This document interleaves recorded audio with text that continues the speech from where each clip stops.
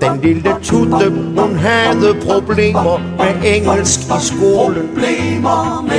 i skolen. Det var så svært, der var et ord, hun altid måtte slå. Så hun gik hjem til sin lærer, herr Pind, i sin fineste kjole. Og sagde: Hør mig, herr Pind, hvad betyder lollipop? Kom du bare ind, sagde den venlige herr Pind.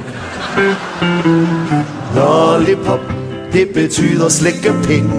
Luk munden op og put slikkepinden ind. Slikke, sutte, bide er noget vi kan lide. Og hvis du bliver ved,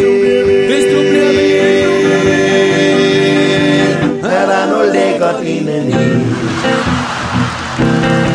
Hun var så dygtig og fik sin eksamen med topkarakter. Så hun gik op til en sagførerkok for at få sig et job. Han spurgte: hvad kan en veldrejet pige som dig mon præstere? Hun sagde: jeg taler engelsk, hold og hør.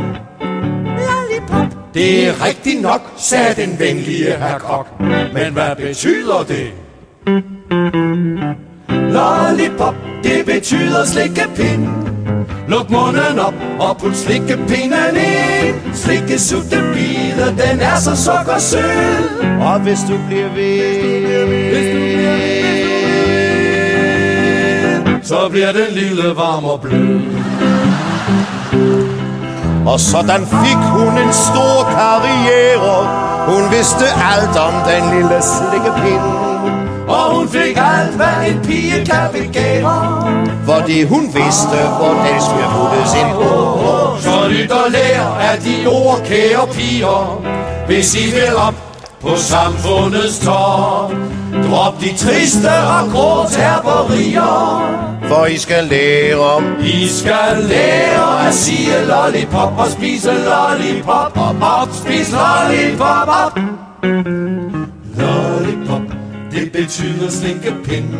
Luk munden op og put slikkepinden ind. Slikke, sutte, bide, den er en lille strik. og hvis I bliver ved,